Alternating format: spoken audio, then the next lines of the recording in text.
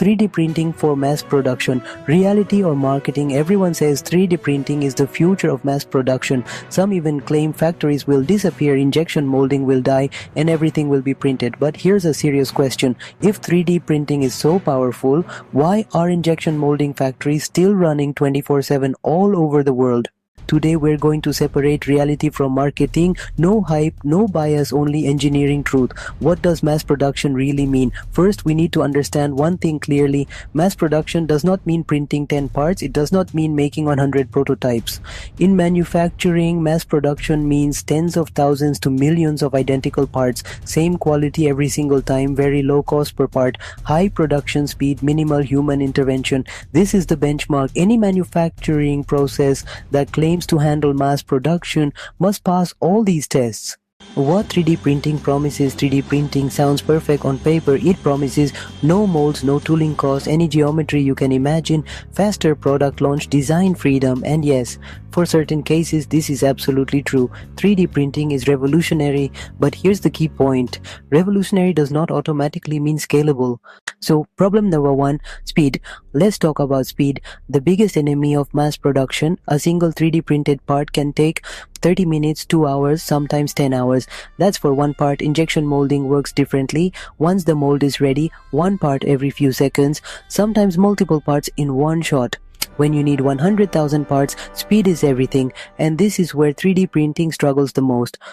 Problem number two, cost per part. People often say 3D printing is cheaper because there is no mold.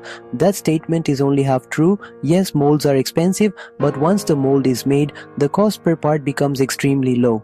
3D printing has expensive material, long machine running time, high electricity costs, labor for support, removal, and finishing. So while 3D printing is cheaper at low quantities, as quantity increases, cost per part remains high. Injection molding becomes cheaper and cheaper as production scales.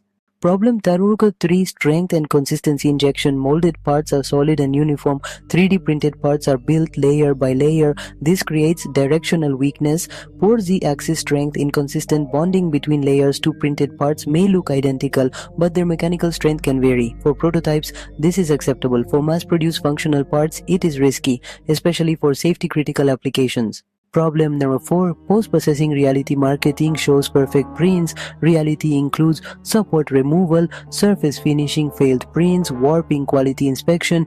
All of this adds time, cost, and labor. Mass production depends on automation. Manual post-processing breaks that advantage.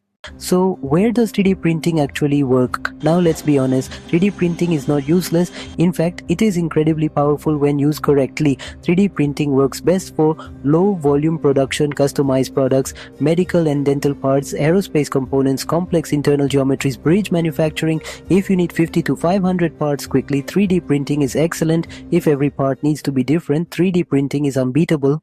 Marketing versus reality. Marketing shows printer farms, perfect prints, zero failures. Reality shows scrap bin support structures, calibration issues, skilled operators. Marketing sells dreams, engineering deals with physics, time, and cost.